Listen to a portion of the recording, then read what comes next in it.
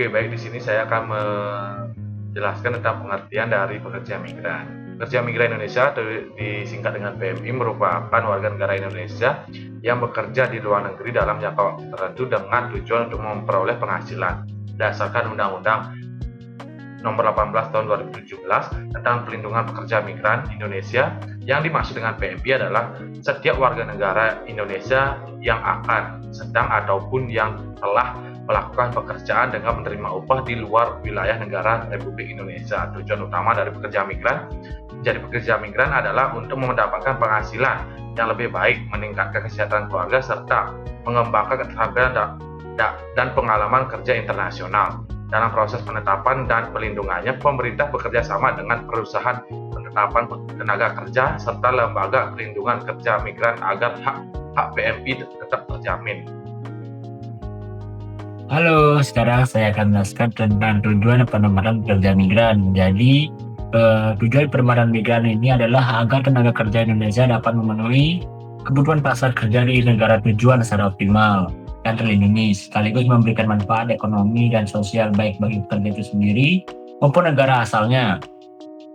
Di sini saya akan menjelaskan tentang dasar-dasar hukum dari pekerja migran. Nah, ada 5 di sini, yaitu yang pertama ada Undang-Undang Nomor 18 Tahun 2017 tentang Pelindungan Pekerja Migran Indonesia. Yang kedua, ada undang-undang ini juga menetapkan peran penting bagi pemerintah pusat dan daerah, serta badan pelaksana penempatan, pelatihan, pengawasan, dan perlindungan pekerja migran. Yang ketiga, ada Undang-Undang Nomor 39 Tahun 2004 tentang penempatan dan perlindungan tenaga kerja di Indonesia di luar negeri. Yang keempat, ada Undang-Undang Nomor 13 Tahun 2003 tentang tenaga kerjaan dan ratifikasi konvensi internasional terkait perlindungan hak pekerja migran. Dan yang terakhir ada itu terdapat peraturan pelaksana seperti peraturan pemerintah Nomor 59 Tahun 2021 yang mengatur pelaksana perlindungan pekerja migran secara lebih detail dan menjamin perlindungan pandu yang maksimal. Proses penempatan pekerja migran. Yang pertama, pendaftaran calon PMI. Yang kedua, verifikasi dan validasi dokumen. Yang ketiga, pemeriksaan kesehatan atau medical check up. Yang keempat, pelatihan keterampilan sesuai pekerjaan. Yang kelima, pelatihan bahasa dan budaya negara tujuan. Yang keenam, pembekalan akhir atau PAP atau pembekalan akhir pemberangkatan. Yang ketujuh, penandatanganan kontrak kerja resmi. Yang kedelapan, pendaftaran jaminan sosial dan asuransi. Yang kesembilan, penertiban visa kerja dan keberangkatan. Dan yang terakhir ada penempatan dan pendampingan di negara tujuan. Mungkin sekian dari saya, akan dilanjutkan oleh teman saya. Terima kasih. Selanjutnya, kewajiban pekerja migran. Berdasarkan UU Nomor 18 Tahun 2017 tentang Pelindungan Pekerja Migran Indonesia dan ketentuan internasional, kewajiban pekerja migran meliputi yang pertama, mematuhi perjanjian kerja, yang dimana pekerja migran menjalankan tugas sesuai dengan kontrak kerja yang telah disepakati dengan pemberi kerja. Kemudian yang kedua, menjaga nama baik bangsa dan negara, jadi di mana pekerja migran ini bertindak sesuai norma, hukum, adat, dan budaya di negara tempat mereka bekerja. Kemudian yang ketiga, mematuhi hukum dan peraturan negara tujuan. Yang keempat, menjaga etika dan profesionalitas kerja. Yang kelima, menghormati budaya dan adat setempat, di mana dia menyesuaikan diri dengan lingkungan sosial dan budaya negara tujuan. Kemudian yang keenam, mengikuti prosedur penempatan resmi, yang dimana melalui jalur yang sah dan tidak menggunakan agen ilegal demi keselamatan dan perlindungan hukum.